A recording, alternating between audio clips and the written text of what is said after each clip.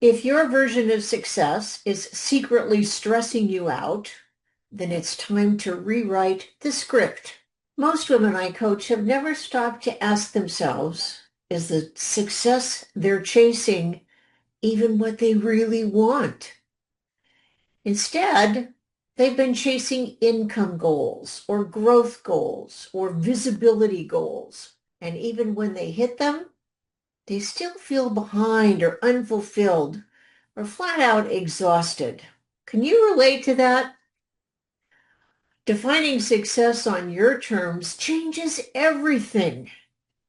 Rather than it being a comparison trap, it now becomes your compass, your North Star. So if you're building a business that's supposed to give you freedom, but feels more like a trap, this is for you.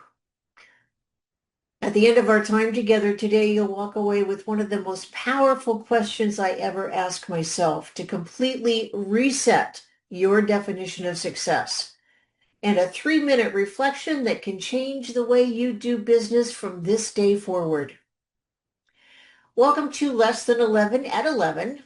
Each Thursday at 11 a.m. Pacific, I drop in a bite-sized video, always under 11 minutes, to help you make your business work for you. I'm Susan Buck, the coach who gets you, the coach for women entrepreneurs ready to grow with intention, simplicity, and soul. My clients don't chase after their clients. They gave that up. Now they optimize their unique client attraction factor and naturally attract their ideal clients. No hustle, no hard sell, just natural, aligned attraction. So back to success. For years, I chased the definition of success that was not mine. I thought it was about a bigger team, a bigger revenue goal, because that's what everyone in the industry said making it looked like. And I got there, but instead of feeling fulfilled, I felt like I was trapped in a business that owned me. One day I stopped the craziness and asked myself this question: what does success feel like for me? What does success feel like for me? And that's when I realized that my success had been built on someone else's blueprint, and it didn't feel good. The moment I redefined success on my terms, I could finally build a business that I actually wanted to wake up to and jump into each day. So that's the question that changes everything. What do you want your business to feel like? Not what it looks like on a glossy brochure, not what it sounds like on a podcast, not what your coach or spouse or competitors say it should be. What does success feel like for you? So here's step one. Feel into it. Close your eyes and picture success.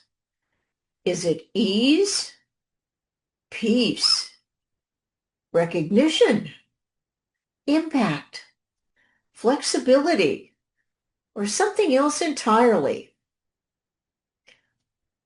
One client thought her ultimate goal was to have a 7-figure business.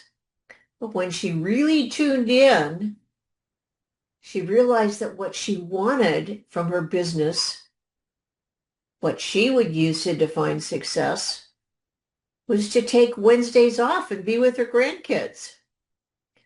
Once she saw that, her entire business strategy shifted and we created a business model that supported her definition of success, and her happiness skyrocketed.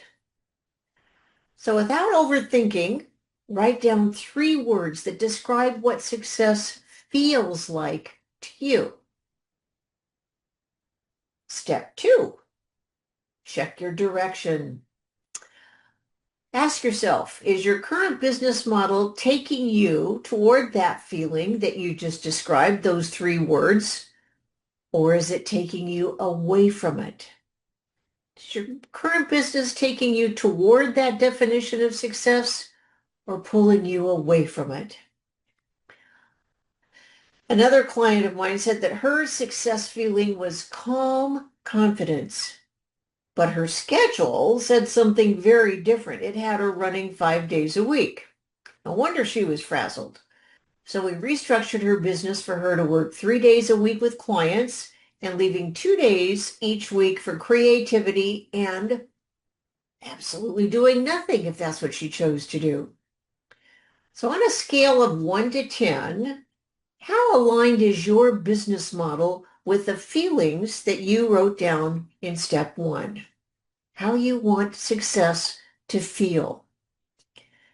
Step 3 is to redefine and reverse engineer.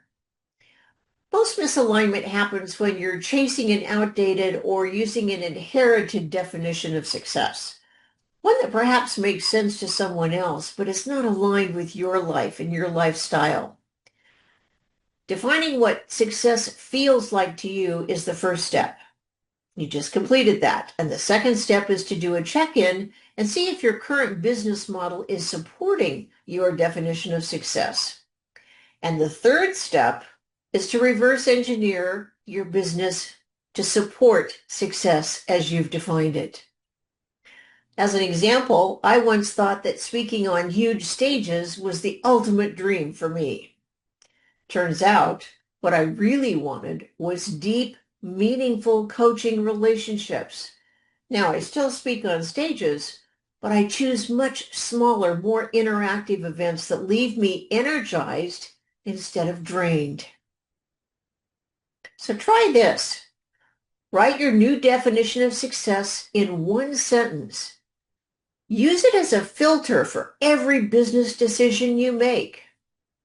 And consider this. If your business were perfectly aligned with your definition of success, what's one thing you'd start or stop doing immediately? You can't create a business you love if you're using someone else's map. Instead, build your business around your definition of success on your terms.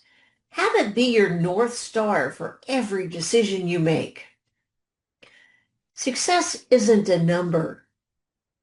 Rather, it's a feeling.